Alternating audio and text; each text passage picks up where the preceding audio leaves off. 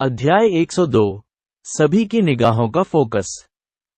लेकिन आज martial stage लोगों से खचाखच भरा हुआ था। ये सभी लोग असाधारण चरित्र के थे। वहां 7 प्रोफाउंड मार्शल हाउस की प्रतिभाएं, स्काई फॉर्चून किंगडम के मार्शल कलाकारों के नायक, स्काई फॉर्चून सिटी के कुलीन और अभिजात वर्ग, विभिन्न प्रसिद्ध और सम्मानित परिवार और महत्वपूर्ण राजनीतिक हस्तियां थीं। लिन मिंग एक अत्यंत दुर्लभ प्रतिभा थी जो हर 100 साल में केवल 7 प्रोफाउंड मार्शल हाउस में दिखाई देती थी। उनका उभरता सितारा और चमकीला प्रभामंडल अधिकांश मार्शल कलाकारों का ध्यान आकर्षित करने के लिए पर्याप्त था। जू यान 7 प्रोफाउंड मार्शल हाउस के प्रथम श्रेणी मास्टर भी थे। उनके पास 7 प्रोफाउंड मार्शल हाउस की शीर्ष 10 भावी प्रतिभाओं में से एक होने की संभावना थी। इन दो लोगों का मैच स्काई फॉर्चून सिटी की युवा पीढ़ी की शीर्ष प्रतिभाओं के बीच द्वंद्व का प्रतीक है। यदि यह केवल इतना ही होता तो यह स्काई फॉर्चून सिटी के कुलीनों और राजनीतिक हस्तियों को यहां एकत्रित होने के लिए आकर्षित नहीं करता। वे मार्शल कलाकारों की मंडली में शामिल नहीं थे। इससे कोई फर्क नहीं पड़ता कि लिन मिंग या जू यान कितने मजबूत थे। इसका उनमें से किसी से कोई संबंध नहीं होगा। इस मैच पर उन पर विशेष ध्यान देने का कारण ये था कि इसके पीछे राजनीतिक महत्व था। लिन मिंग और जू यान के मैच की खबर बहुत पहले ही दूर दूर तक फैल गई थी। हर कोई जानता था कि 10वें राजकुमार की मां, शाही उपपत्नी, ग्रीन शहतूत शहर के जू परिवार से आई थी। इस जू यान के जू परिवार का अगला मुखिया बनने की भी बहुत अधिक संभावना थी। जू यान निस्संदेह 10वें राजकुमार का व्यक्ति था, लेकिन लिन मिंग ने 10वें राजकुमार की प्रगति को अस्वीकार कर दिया था जब 10वें राजकुमार ने 1 महीने पहले उसे जीतने की कोशिश की थी और इसके बजाय वह क्राउन प्रिंस के पक्ष में था। इसके अलावा विश्वसनीय सूत्रों के अनुसार लिन मिंग और जू यान के बीच किसी प्रकार की दुश्मनी थी और लिन मिंग और मिस्टर मुई पीढ़ियों के बीच दोस्त थे। अकेले इन बिंदुओं के आधार पर लिन मिंग के पास क्राउन प्रिंस का व्यक्ति होने की लगभग पूर्ण संभावना थी। यह मैच लिन मिंग और जू यान के बीच द्वंद्व युद्ध होने के साथ साथ क्राउन प्रिंस और 10वें प्रिंस के बीच संघर्ष का भी प्रतीक था। पिछले कुछ वर्षों में क्राउन प्रिंस और 10वें प्रिंस के बीच गुप्त संघर्ष अक्सर होते रहे, लेकिन क्राउन प्रिंस लगभग हर बार हार गए। हालांकि इनमें से अधिकांश लड़ाइयों ने वास्तव में क्राउन प्रिंस की ताकत को नुकसान नहीं पहुंचाया था। उन्होंने निस्संदेह क्राउन प्रिंस की गति को कमजोर कर दिया था। यह कोई रहस्य नहीं था कि 10वां राजकुमार सिंहासन छीनना चाहता था। इस मामले में क्राउन प्रिंस को बार बार असफलताओं का सामना करना पड़ा और इस सब ने इस धारणा को कायम रखा कि क्राउन प्रिंस 10वें प्रिंस से कमतर थे। इसलिए जो लोग क्राउन प्रिंस का समर्थन करते थे वे अपरिहार्य रूप से घबरा गए और कम से कम लोगों ने क्राउन प्रिंस का समर्थन किया। इसके बजाय 10वें राजकुमार का प्रभाव दिन पर दिन बढ़ता ही गया। कई कुलीन और अभिजात वर्ग आज लिन मिंग और जू यान के बीच नहीं, बल्कि 10वें राजकुमार और क्राउन प्रिंस के बीच प्रतियोगिता देखने आए थे। जितनी जल्दी इन लोगों ने उस व्यक्ति का समर्थन किया जिनके बारे में उन्हें लगा था कि वह ड्रैगन होगा जो सिंहासन पर बैठेगा, उन्हें आगामी सिंहासन युद्ध में उतना ही बड़ा लाभ मिल सकता है। इन रईसों की उपस्थिति के कारण मार्शल स्टेज पर विशेष सुरक्षा थी और इन महत्वपूर्ण मेहमानों की सुरक्षा के लिए अंगरक्षक थे। बहुत सारे महत्वपूर्ण लोगों के शामिल होने के कारण 7 प्रोफाउंड मार्शल हाउस के शिष्यों को दूर धकेल दिया गया। इससे वे क्रोधित हो गए और मन ही मन इन सरदारों की आलोचना करने लगे। लिन मिंग पहले ही आ चुके थे। वह खाली मार्शल स्टेज पर चुपचाप खड़ा था। उसका शरीर मर्मज्ञ इंद्रधनुष की तरह सीधा था। हर किसी की नजरें उसे देख रही थीं और उनमें से कई महत्वपूर्ण लोग थे। लिन मिंग ने अपनी आंखें बंद कर ली और ध्यान किया। उसका दिमाग शांत झील की तरह शांत था। दो समान ताकतों के बीच लड़ाई में एक की मनःस्थिति बहुत महत्वपूर्ण हो जाती है। यहां तक कि थोड़ा सा बदलाव भी लड़ाई के नतीजे को प्रभावित करेगा। युद्ध से पहले एक मार्शल आर्टिस्ट के दिमाग के लिए सबसे अच्छी स्थिति पानी की तरह शांत और शांत रहना था, जिसमें एक भी विचलित करने वाला विचार न हो। हालांकि यह कहना आसान था, एक लड़ाई में आमतौर पर बहुत महत्व शामिल होता है। एक मार्शल कलाकार इस स्थिति में कैसे घर बसा सकता है और अपने दिल को शांत रख सकता है। कई अन्य संभावित कारकों से अशांति के अलावा बहुत कम मार्शल कलाकार थे जो इस शांत और शांतिपूर्ण मानसिक स्थिति को प्राप्त करने में सक्षम थे। हालांकि लिन मिंग ने मार्शल इरादे को समझ लिया था और इस स्थिति को हासिल कर लिया था। उसके लिए यह उस पर हाथ फेरने जितना आसान था। मैच के तय समय से आधा घंटा बाकी था। इसी समय अचानक एक तेज, ऊंची आवाज सुनाई दी। ये राजमहल के दरबारी किन्नर की अनोखी आवाज थी। क्राउन प्रिंस आता है। हर कोई हैरान था, यहां तक कि मार्शल स्टेज पर खड़े लिन मिंग ने भी अपनी आंखें खोल दी। महामहिम युवराज अप्रत्याशित रूप से आए थे। खुरों की धड़कन की स्पष्ट क्लिप क्लिप ध्वनि के साथ कई स्नो ड्रैगन घोड़े प्रकट हुए और दृश्य में आने लगे। उनका नेतृत्व बैंगनी सोने का मुकुट और रेशमी शाही वस्त्र पहने एक युवक कर रहा था। उन्होंने किरण शैली के जूते पहने थे और नाजुक भौहें उनके गोरे चेहरे को ढांक रही थीं। उसका माथा चौड़ा और चेहरा बहुत सुंदर था। उनकी गतिविधियां एक सहज, विशिष्ट वातावरण से भरी हुई थीं। यह व्यक्ति महामहिम युवराज था। क्राउन प्रिंस के बगल में हरे कपड़े पहने एक बूढ़ा व्यक्ति था। उनके चेहरे पर गर्मजोशी भरी और मैत्रीपूर्ण मुस्कान थी, फिर भी इससे एक बेहद गहरी और अथाह आभा झलक रही थी। यह व्यक्ति क्राउन प्रिंस का शिक्षक था, मार्शल क्वार्टर का बाहरी व्यक्ति, मिस्टर मुई। महामहिम युवराज, मिस्टर मुई। इन दो मशहूर शख्सियतों को एक साथ एक सुर में देखकर वहां मौजूद हर कोई आश्चर्यचकित रह गया। उन्होंने इनके आगे आने का रास्ता साफ कर दिया। मुई ने मुस्कुराते हुए और सिर हिलाते हुए लिन मिंग की ओर देखा और बदले में लिन मिंग भी मुस्कुरा दी। मुई और लिन मिंग के बीच काफी सद्भावना और दोस्ती थी। लेकिन अच्छी चीजें जुड़ियों में आईं। इसी प्रकार आधे पौन घंटे के बाद 10वें राजकुमार, मेघ राजकुमार, का भी आगमन हुआ। क्लाउड प्रिंस की शक्ल और क्राउन प्रिंस की शक्ल कुछ हद तक एक जैसी थी। उसकी शक्ल और भी अधिक दृढ़ थी। उसकी भौहें तलवारों की तरह थी जो उसकी कनपटी की ओर झुकी हुई थीं, और उसके माथे के मध्य के ऊपर उसकी त्वचा के नीचे एक अस्पष्ट बैंगनी बादल छिपा हुआ था। ये पूर्व से आने वाली प्रसिद्ध पर्पल एयर, वायु का राजा थी। क्लाउड प्रिंस के बगल में रेशमी कपड़े पहने एक दुबला पतला युवक भी था। ये युवक झू यान था।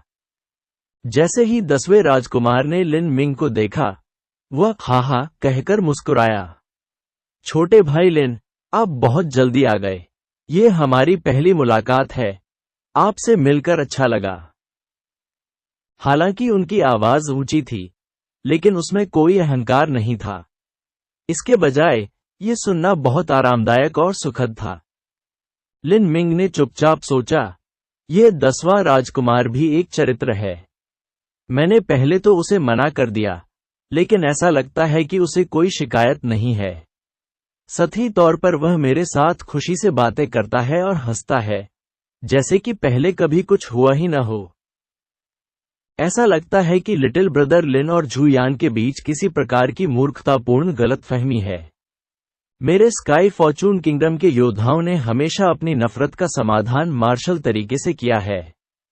मुझे लगता है कि आप दोनों पुरुषों के बीच अच्छे नायक हैं। इससे कोई फर्क नहीं पड़ता कि आप दोनों के बीच किस प्रकार की गलतफहमी या नाखुशी हुई है। जैसे ही यह लड़ाई खत्म हो जाती है, तो क्या होगा कि हम बातचीत के लिए बैठें और देखें कि क्या हम इन शत्रुताओं को समाप्त कर सकते हैं और तलवारों को हल्के फाल में बदल सकते हैं। तलवारों को हल्के फाल में बदलो। मुझे डर है कि झू यान मेरा मांस खाना चाहती है और मुझे जिंदा जलाना चाहती है। लिन मिंग समझ गए कि 10वें राजकुमार ने ये शब्द इसलिए कहे थे क्योंकि वह उनका दुश्मन नहीं बनना चाहता था। उन्होंने विनम्रता से जवाब दिया, मुझे उम्मीद नहीं थी कि महामहिम क्लाउड प्रिंस यह मैच देखेंगे। आपको यहाँ देखना मेरे लिए अत्यंत सम्मान और खुशी की बात है। लिन मिंग के शब्द न तो अहंकारी थे और न ही दासत्वपूर्ण। उन्होंने सीधे 10वें राजकुमार को जवाब दिया। 10वां राजकुमार केवल मुस्कुराया और फिर कुछ नहीं कहा।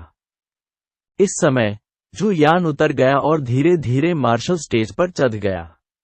जैसे ही उन्होंने लिन मिंग को देखा, उन्होंने पुष्टि की कि इस लड़के ने इस महीने में एक सफलता हासिल की है। शारीरिक परिवर्तन के तीसरे चरण की बड़ी सफलता। जू यान ने भारी दबाव महसूस किया, लेकिन ऐसा नहीं लगा कि कुछ भी गलत था। जब लिन मिंग ने उन्हें 1 महीने की समय सीमा के साथ चुनौती दी थी, तो जू यान ने उम्मीद की थी कि लिन मिंग इस दौरान आश्चर्यजनक प्रगति करेंगे। शायद उसे किसी तरह के मार्शल इरादे का एहसास हो गया था। जू यान मार्शल स्टेज के दूसरी तरफ पहुंचा और लिन मिंग के बिल्कुल सामने खड़ा हो गया। निर्णायक युद्ध होने में पौना घंटा बाकी था। लैन यूनियू भीड़ में शामिल थी। वह मंच पर लिन मिंग और जू यान को दूर से देख रही थी। उसका दिल पलट गया था और ऐसा लगा जैसे उसके जीवन की सभी अच्छी और बुरी भावनाएं एक साथ मिल गई हों। वह थी जो इस लड़ाई को होते हुए देखने के लिए सबसे अधिक अनिच्छुक थी।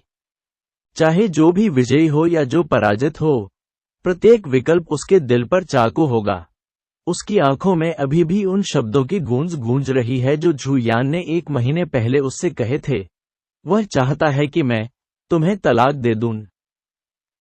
उसने ये सोचने की हिम्मत भी नहीं की कि अगर जू यान हार गई तो क्या होगा, और उसके बाद वह जीवन का सामना कैसे करेगी। उसे पछताने का मौका भी नहीं मिला। हालांकि लिन मिंग और जू यान पहले ही आ चुके थे, लेकिन लड़ाई शुरू नहीं हुई थी। जू यान ने अपनी आंखें बंद कर ली और अपनी चरम स्थिति में समायोजित होते हुए ध्यान किया। उनके लिए लिन मिंग एक दुर्जेय और चुनौतीपूर्ण प्रतिद्वंद्वी था। उसे अपनी युद्ध पूर्व स्थिति को अधिकतम तक समायोजित करना था और अपनी 120% ताकत का प्रदर्शन करना था। केवल आधे साल पहले लिन मिंग एक अप्रासंगिक हारे हुए व्यक्ति थे, यहां तक कि उल्लेख करने लायक भी नहीं थे। भले ही लिन मिंग ने जनरल वांग यीगाओ के उस बच्चे को हरा दिया हो, लेकिन जू यान के लिए ये कुछ भी नहीं था। जू यान की नज़र में वांग यीगाओ एक बेकार प्लेबॉय था जो मार्शल आर्टिस्ट कहलाने लायक नहीं था। जू यान ने नहीं सोचा था कि एक दिन ऐसा आएगा जब वह और लिन मिंग एक दूसरे के खिलाफ खड़े होंगे और इतने सारे महत्वपूर्ण लोगों के सामने मार्शल स्टेज पर लड़ेंगे। यहां तक कि क्राउन प्रिंस और क्लाउड प्रिंस भी इस घातक लड़ाई को देखने आए थे। और इसके अलावा लिन मिंग की ताकत भी उसे धमकाने की हद तक बढ़ गई थी। आज इस लड़ाई की तैयारी के लिए उसने खुद को 1 महीने तक यातना दी थी, और यहां तक कि कीमती गोलियों से अपनी ताकत को यथासंभव बढ़ाकर अपनी खेती की नींव को थोड़ा अस्थिर कर दिया था। इस युद्ध के सामने उन्होंने भी गंभीर परिस्थितियों का सामना करने के लिए शांत हृदय की कामना की, ताकि इस महान शत्रु का सामना करने से पहले इस 1.25 घंटे में अपनी स्थिति को समायोजित किया जा सके। यह एक ऐसी लड़ाई थी जिसे वह हारना बर्दाश्त नहीं कर सकता था। इस लड़ाई की जीत और हार न केवल जू यान के भविष्य से संबंधित थी, बल्कि एक मार्शल कलाकार के रूप में उनकी गरिमा और इससे भी अधिक एक आदमी के रूप में उनकी गरिमा से संबंधित थी। जैसे ही धूपघड़ी की छाया धीरे धीरे आगे बढ़ने लगी, अंततः दोपहर हो गई। लिन मिंग की आंखें अचानक खुल गईं। यह समय है। झेंग। तेज आवाज के साथ लिन मिंग ने अपने भाले भेदक इंद्रधनुष को बढ़ाया। यह बिल्कुल गहरे बैंगनी रंग के बाड़ वाले ड्रैगन की तरह था जो लिन मिंग के हाथ में पड़ते ही कांप गया। इस समय लिन मिंग ने लड़ाई नहीं की थी, लेकिन उसकी अदम्य आभा पहले ही जारी हो चुकी थी और वह बाहर की ओर उभरी हुई थी। उपस्थित सभी लोगों ने, भले ही उनकी खेती लिन मिंग की खेती से अधिक थी, उन पर एक अदृश्य दबाव महसूस किया। यह आभा, क्या यह वास्तव में कुछ ऐसा है जिसे शारीरिक परिवर्तन के तीसरे चरण में एक मार्शल कलाकार जारी कर सकता है? ये लिन मिंग बहुत मजबूत है, उसका प्रभावशाली ढंग और आभा किसी को भी बेदम करने के लिए पर्याप्त है। यहां तक कि 7 प्रोफाउंड मार्शल हाउस के शिष्य भी भयभीत होकर चौंक गए। लिन मिंग की शक्ति बहुत तेजी से बढ़ रही थी। उन्होंने उसे 1 महीने से नहीं देखा था और उसकी ताकत पहले ही दूसरे स्तर तक बढ़ चुकी थी। जू यान ने एक गहरी सांस ली और धीरे से अपनी खजाना तलवार बाहर निकाली। उसके हाथ में यह तलवार एक निम्न श्रेणी का मानव कदम खजाना था, जो अपनी तरह का सबसे अच्छा खजाना था। इसका नाम स्कारलेट फ्लेयर था और यह कई वर्षों से उसके साथ था। वह बहुत पहले ही अपनी तलवार से संवाद करने में सक्षम हो गया था। लिन मिंग का सामना करते हुए उनके प्रतिद्वंद्वी के कमजोर होने पर भरोसा करना असंभव था। वह केवल ये पूछ सकता था कि उसकी अपनी ताकत अधिक मजबूत थी। फू! हल्की सी आवाज के साथ जू यान की तलवार नग्न आंखों से दिखाई देने वाली आग की लपटों से जगमगा उठी। सच्चे सार को पुष्ट करना और उसे मूर्त रूप देना, यह एक ऐसा चरण था जिसे केवल वे लोग ही प्राप्त कर सकते थे जो पल्स कंडेंसेशन अवधि तक पहुंचने से एक कदम दूर थे। आमतौर पर केवल वे लोग जो हड्डी फोजिंग की बड़ी सफलता में थे, इस दायरे तक पहुंचने में सक्षम थे, लेकिन जू यान, जो केवल शुरुआती मांसपेशियों को बदलने के चरण में थे, ने पहले ही इसे हासिल कर लिया था। लिन मिंग और जू यान ने लड़ाई नहीं की थी, लेकिन बस कुछ यादृच्छिक आंदोलनों के साथ उन्होंने पहले ही प्रतिभाओं के बीच शिखर के रूप में अपनी भयावह ताकत प्रदर्शित कर दी थी। ये 2 बराबरी के प्रतिस्पर्धियों के बीच भीषण संघर्ष था। संपूर्ण मार्शल स्टेज दर्शक चुप थे। यहां तक कि पिन गिरने की आवाज भी सुनी जा सकती थी। दर्शक सांस रोककर चुप थे और वे एक भी चीज छूट जाने के डर से लगातार, बिना पलके झपकाए, उस मंच की ओर देख रहे थे जिसमें 2 एकांत आकृतियां थीं। अध्याय 103 गति प्राप्त करें। जू यान की तलवार से लाल रंग की हवा की परत दर परत निकल रही थी। जू यान के नाम का अर्थ सिंदूरी लौ था और उसका असली सार भी इस उग्र संपत्ति को साझा करता था। इसलिए जू यान की तलवार कौशल अक्सर आग से जुड़ी होती थी। अपने वास्तविक सार की विशेषताओं के आधार पर यदि वे अग्निगुण के मार्शल कौशल का उपयोग करते तो उनकी शक्ति भी बढ़ जाती। जैसे ही जू यान के ब्लेड से लाल हवा की लहरें उठीं, ठंडी शरद ऋतु की हवा जिसने मार्शल स्टेज को घेर लिया था, वह चिलचिलाती हवा में बदलने लगी। जू यान ने अपनी चाल चली। उग्र सच्चा सार स्कारलेट फ्लेम तलवार में भर गया। जू यान की तलवार की रोशनी ने हवा में एक बड़ा जाल बुन दिया, मानो यह आग का एक जलता हुआ बादल हो जिसने आकाश को धुंधला कर दिया हो। मार्शल कौशल, असीमित सूर्यास्त चमक। प्रचंड गर्मी की लहरें बाहर की ओर बहने लगी और जैसे ही तापमान बढ़ा, एक तपती, बुखार भरी गर्मी ने पूरे मार्शल स्टेज को घेर लिया। पास खड़े शिष्यों को पीछे की ओर धकेल दिया गया। महत्वपूर्ण शख्सियतों की सुरक्षा उनके रक्षकों द्वारा की जाती थी, जिन्होंने उनकी सुरक्षा के लिए वास्तविक सार की बाधाएं स्थापित की थीं। इस जू यान ने, जैसे ही शुरुआत की, एक मार्शल कौशल का उपयोग किया था। वह जीतने के लिए अपनी हर चीज का उपयोग कर रहा था। आकाश को लाल रंग देने वाले जलते गर्म बादलों से घिरे लिन मिंग के शरीर में असंख्य छोटी इकाइयां एक साथ गूंजने लगीं। उसके शरीर में सच्चा तत्व अनायास ही स्पंदित होने लगा। यह वह मोटा सच्चा सार था जो लिन मिंग ने ट्रू प्राइमल कैओस फॉर्मूला के दूसरे स्तर तक पहुंचने से प्राप्त किया था। जैसे ही उसका मोटा सच्चा सार कंपन हुआ, 820 जिन भाला, भेदक इंद्रधनुष भी कांपने लगा, अपने साथ एक भयानक घातकता लेकर। यह कंपन तेजी से मजबूत हो गया और यह लिन मिंग की आभा के साथ विलय करना शुरू कर दिया और तेज स्वर्गीय हवा की तेज आंधी में बदल गया जो सभी दिशाओं में बिखर गई।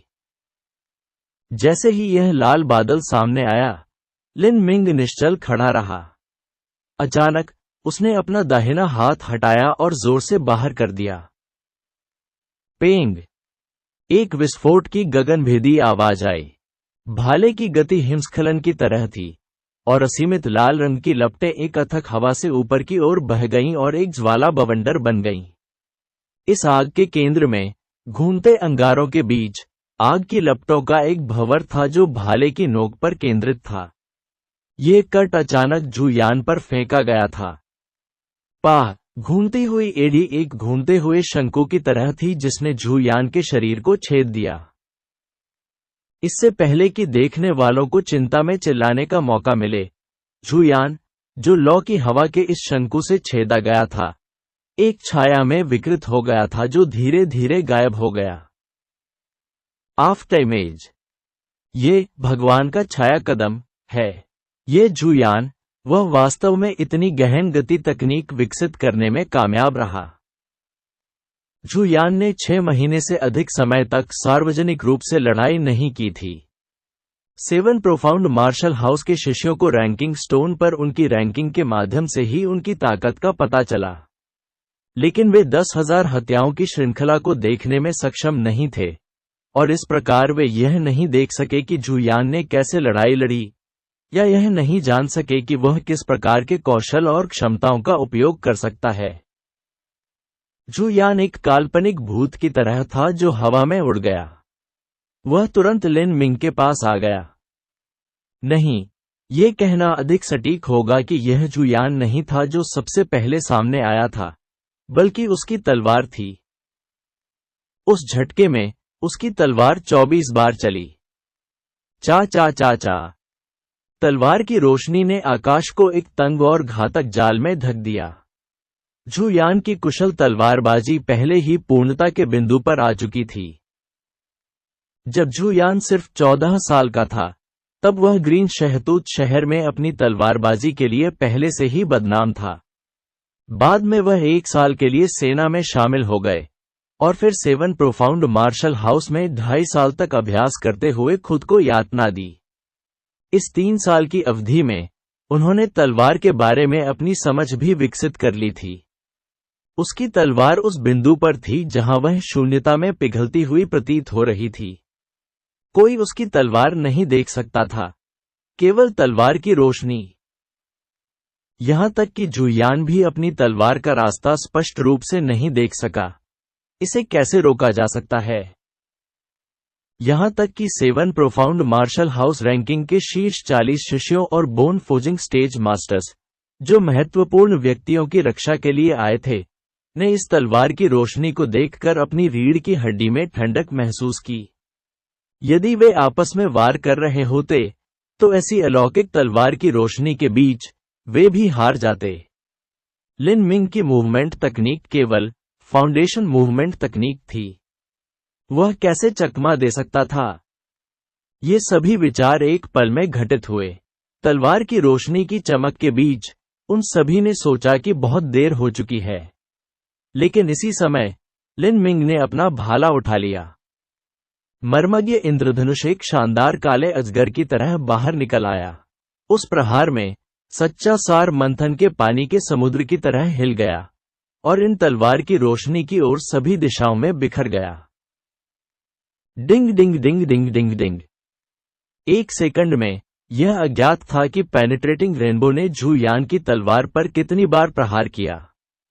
उस क्षण जुयान को ऐसा लगा मानो उसकी तलवार किसी पहाड़ को काट रही हो। लिन मिंग का भाला अपने साथ एक स्पंदित सच्चा सार लेकर आया था, जैसे कि यह किसी पहाड़ पर होने वाला क्रोधित भूकंप हो, और तलवार की सारी रोशनी को बलपूर्वक बिखेर दिया। जुयान लिन मिंग के भाले को हिला नहीं सका। यदि उसने अपनी तलवार नहीं निकाली, तो उसे लगा कि वह संभवतः लिन मिंग पर वार कर सकता है। लेकिन उसे लग रहा था कि अगर वह थोड़ा भी धीमा हुआ, तो इस तीव्र कंपन से उसका शरीर फट जाएगा। यह अजीब कंपन जुयान की तलवार पर भारी दबाव डाल रहा था, मानो वह कोई मछली हो जो दलदल में डूब रही हो। ये देखकर कि उसका शरीर भी इस कंपन से प्रभावित हो रहा है, जुयान ने जबरदस्ती अपना असली सार इकट्ठा किया और पीछे हट गया। डोंग डोंग डोंग डोंग। जुयान लड़खड़ा गया और जमीन पर गिर गया। कुछ कदम पीछे हटना भी मुश्किल हो रहा था। उसकी हरकतों ने अपनी पिछली सारी रोशनी और जीवंत लालित्य खो दिया था। मम, झू यान को क्या हुआ? अभी क्या हुआ? झू यान ने तलवार से इतने सारे वार किए थे, उसे लिन मिंग के भाले से कैसे पीछे धकेल दिया गया? उसने उसे चाकू कैसे नहीं मारा? उसकी तलवार की चाल इतनी तेज है कि उनकी कोई छाया नहीं पड़ती। ये लिन मिंग के भाले से कहीं अधिक तेज होना चाहिए। उपस्थित सभी लोगों में से लगभग कोई भी लिन मिंग के भाले में निहित रहस्यों को समझने में सक्षम नहीं था। उनकी राय में झू यान की बेहतर गति और तलवार की गति के साथ उसे लिन मिंग के भाले से आसानी से बचना चाहिए था और लिन मिंग को अपनी तलवार से छेदना चाहिए था। हालांकि हुआ यह था कि लिन मिंग के भाले से झू यान को बेहद खतरनाक स्थिति में डाल दिया गया था। लिन मिंग एक शांत, अडिग पहाड़ की तरह था जो मंच पर ऊंचा था। उसने एक कदम भी नहीं उठाया था। यहां तक कि बोन फोजिंग स्टेज पर मौजूद गार्ड भी समझ नहीं पा रहे थे कि अभी क्या हुआ है। इन सभी लोगों की चर्चा सुनकर होंग शी हे के साथ मुस्कुराए। अपने दिल में उसने गुप्त रूप से सोचा, लिन मिंग, ये बच्चा वास्तव में एक राक्षस है। वह body tearing bone shattering fist को अपने भाले में एकीकृत करने में कामयाब रहे। यदि किसी ने पहले इस डरावने भाले का स्वाद नहीं चखा है, तो वे समझ नहीं सकते कि यह एहसास कितना भयानक है। शुरुआत में इस पिता ने उस कदम से कई अदृश्य नुकसान भी खाए। अब यह लड़का झू यान को भी इसका स्वाद चखाएगा कि यह कैसा है। झू यान बड़ी मुश्किल से अपने दिल में बहते खून को रोकने में कामयाब रहा और उसे गुप्त रूप से ठंडा पसीना आ रहा था। उस पल में उसने अपने दिल की धड़कन की लय में बदलाव महसूस किया था। यह ऐसा था मानो उसके शरीर में संपूर्ण रक्त प्रवाह एक प्रतिधारा द्वारा अवरुद्ध कर दिया गया हो। बस यहाँ क्या चल रहा था? उसने लिन मिंग की ओर देखा। लिन मिंग सीधा खड़ा था। उसने पेनिट्रेटिंग रेनबो को अपने हाथ में पकड़ रखा था और उसकी ओर इशारा कर रहा था। इस मुद्रा और आकृति में वह जिन आंखों से झू यान को देख रहा था, वह गहरी और अथाह लग रही थीं। झू यान को एक ऐसी भावना ने घेर लिया कि वह एक पल के लिए भी हिल नहीं सका। मम, डर। झू यान चौंका। वास्तव में डर की एक अवचेतन भावना उसके हृदय से उभर आई थी। डर एक मार्शल आर्टिस्ट के दिल में मार्शल आर्ट की मौत की घंटी था। ड्रीम ट्रायल की पहली बाधा उनके डर पर काबू पाने के लिए साहस का परीक्षण करना था। और यह भयावह एहसास लिन मिंग से आया था। ये लड़का। झू यान का दिल बेवजह गुस्से से भर गया। वह इस बात को स्वीकार करने में असमर्थ था। वह यह स्वीकार नहीं कर पा रहा था कि उसके घमंडी और अहंकार को इस छोटे से बच्चे ने कुचल दिया है, जिसे वह एक चींटी के अलावा कुछ नहीं समझता था। झू यान की आंखें ठंडी रोशनी से चमक उठीं। उसके गुस्से ने उसे डर की इस भावना से अलग कर दिया। उसकी आकृति बाहर निकल गई और उसके बाद की छवियों की एक श्रृंखला उसके पीछे चली गई। जैसे ही झू यान आगे बढ़ा, उसकी तलवार के चारों ओर 3 फुट की गहरे लाल रंग की ज्वाला भड़क उठी। ये ज्वाला छवि झू यान द्वारा अपनी तलवार में भारी मात्रा में वास्तविक सार डालकर बनाई गई थी। चूंकि उसकी गति पर्याप्त नहीं थी, तो झू यान ताकत से जीत जाएगा। झू यान चिल्लाया और वो ऊपर की ओर कूद गया। उसने अपनी तलवार दोनों हाथों से पकड़ी और काट दी। Falling star slash. वह मध्यम श्रेणी का मानव कदम फॉलिंग स्टार स्लैश है। ये लिमिटलेस सनसेट शाइन से भी अधिक शक्तिशाली मार्शल कौशल है। जब तक भीड़ ने कुछ शब्द कहे, झू यान की तलवार ने पहले ही आसपास के सभी अग्निसार को अवशोषित कर लिया था। इस तलवार की महिमा आकाश से आने वाले एक ज्वलंत, जलते हुए उल्का के समान थी जो नीचे की ओर टूटकर गिर रही थी। लिन मिंग के होंठ मुड़े हुए थे। ताकत के विरुद्ध ताकत, वह उसका पसंदीदा था। लिन मिंग ने अपना भाला चलाया। मर्मज्ञ इंद्रधनुष ने जमीन पर एक गोलाकार चाप बनाते हुए हवा में चिंगारी बिखेर दी और मार्शल स्टेज की कठोर सतह पर एक पूर्णिमा का पैटर्न दिखाई दिया। लिन मिंग ने झू यान की तलवार की नोक पर निशाना साधा और आगे की ओर बढ़ गए। लड़ाई के बीच में एक मास्टर की तलवार की नोक पर वार करना, जहां दोनों पक्ष बिजली की तेज चाल का उपयोग कर रहे थे। कहना जितना आसान था, करना उतना आसान नहीं था। हालांकि कई वर्षों से लिन मिंग अपनी हड्डी टूटने के बाद अपनी सटीकता का अभ्यास कर रहे थे, और उस 1 महीने के पागल भाले के अभ्यास में लिन मिंग ने अपने कौशल का एक ठोस आधार हासिल कर लिया था। वह अपने भाले को ऐसे चला सकता था जैसे वह उसकी बांह हो। भले ही यह एक छिपी हुई सुई या अन्य छिपा हुआ हथियार हो, लिन मिंग इसे अपने भाले की नोक से ढूंढ सकता था। डिंग! लिन मिंग ने जू यान की तलवार की नोक पर अपना भाला मारा। ये 3 फुट की स्कारलेट फ्लेयर तलवार, इसकी तुलना 820 जिन पेनिट्रेटिंग रेनबो भाले से कैसे की जा सकती है। जैसे ही स्कारलेट फ्लेम तलवार और पेनिट्रेटिंग रेनबो भाला एक दूसरे से मिले, धातु के झुकने की तीखी, दांतों में दर्द करने वाली आवाज हवा में भर गई। उन दोनों के टकराने के भारी दबाव के कारण वे पूर्णिमा के चांद की तरह झुक भी गए। जैसे ही ऐसा हुआ, लिन मिंग ने जू यान के फॉलिंग स्टार स्लैश का मुकाबला करने के लिए अपना असली सार दिखाया।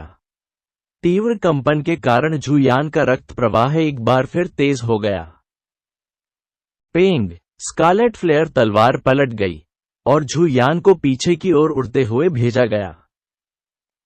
लेकिन फॉलिंग स्टार स्लैश आखिरकार एक मध्यम श्रेणी का मानव चरणीय मार्शल कौशल था। जू यान की गर्मी की लहर और गति से लिन मिंग को 3 कदम पीछे जाने के लिए मजबूर होना पड़ा। यह पहली बार है जब लिन मिंग को वापस जाने के लिए मजबूर किया गया। सिर्फ एक वापसी नहीं, बल्कि जब से वह मंच पर आए तब से अब तक, यह पहली बार था जब उन्होंने कदम रखा। सभी ने स्वाभाविक रूप से इस विवरण पर ध्यान दिया था। अब से पहले लिन मिंग एक कदम भी आगे नहीं बढ़े थे। इसका वर्णन करने के लिए शब्द पर्याप्त नहीं है। लिन मिंग की अदम्य आभा पहाड़ की तरह स्थिर है। उसे आगे बढ़ाने के लिए यह साबित होता है कि जू यान की गति में कितना दबाव था। उपस्थित पुराने शिष्यों ने कहा, वे जू यान को हारते हुए नहीं देखना चाहते थे। एक प्रसिद्ध पुराने शिष्य का एक उभरते नए छात्र से हार जाना, उन्हें ऐसा महसूस हुआ मानो वे एक ही नाव में हों। बिग ब्रदर, क्या आपको लगता है कि लिन मिंग और जू यान के बीच का यह मैच कुछ हद तक झांग कैंग के साथ हुए मैच जैसा दिखता है? जू यान को चाकू या छेदा नहीं गया था, लेकिन वह अभी भी जबरदस्त प्रभाव में है। मैच देखते समय ताकू ने लिंग सेन से कहा। वे मार्शल स्टेज के एक कोने पर खड़े थे। लिन मिंग के भाले के प्रहार के अंदर एक रहस्य है। इससे पहले मैंने कुछ प्राचीन ग्रंथ पढ़े थे और उनमें दर्ज किया गया था कि मार्शल कलाकार जो भाला कौशल में बड़ी सफलता तक पहुंच गए थे, वे दुनिया के नियमों को समझने और कुछ कानूनों को समझने में सक्षम हैं। वे इन कानूनों को अपने भाले में रख सकते हैं और भाला क्षमता बना सकते हैं। तलवारों और कृपाणों की भी समान अवधारणाएं हैं। इस प्रकार के गुरु को शत्रु का सामना करते समय किसी हथियार की आवश्यकता नहीं होती। जब तक वे इन क्षमताओं पर निर्भर हैं, वे अपने दुश्मनों को पूरी तरह से मार सकते हैं। लिन मिंग का भाला कौशल मुझे इन रिकॉर्डों की याद दिलाता है। बड़े भाई, आप जितना अधिक बात करेंगे, आपकी आवाज उतनी ही अधिक खराब होगी। लिन मिंग की उम्र कितनी है? वह संभवतः इस भाले की क्षमता को कैसे समझ सकता है? बेशक वह नहीं कर सकता, अन्यथा उसे जू यान से निपटने के लिए भाले की आवश्यकता ही नहीं होती। उसे अपने दुश्मन को मारने के लिए बस एक विचार की आवश्यकता होगी। लिन मिंग का भाला जू यान से टकराया भी नहीं है, लेकिन जू यान अभी भी प्रभावित हुआ है। यह बिंदु वास्तव में भाले की क्षमता जैसा दिखता है। जब लिंग सेन और ताकू बात कर रहे थे, जू यान एक बार फिर लिन मिंग से लड़ रहा था। जू यान अब मार्शल कौशल का उपयोग नहीं करता था। उसने अपनी शानदार और सुंदर तलवार की रोशनी का भी उपयोग नहीं किया। उन्होंने जो कुछ भी इस्तेमाल किया वह सरल, सीधी तलवार चालें थीं। हालांकि इस तरह भी उसे ऐसा महसूस हुआ जैसे उसकी तलवार को किसी अदृश्य शक्ति द्वारा दबाया जा रहा था, और उसके हर वार को रोक दिया गया था। इसके विपरीत लिन मिंग की चालें लगातार उग्र होती जा रही थीं। वह अपनी गति पकड़ रहा था,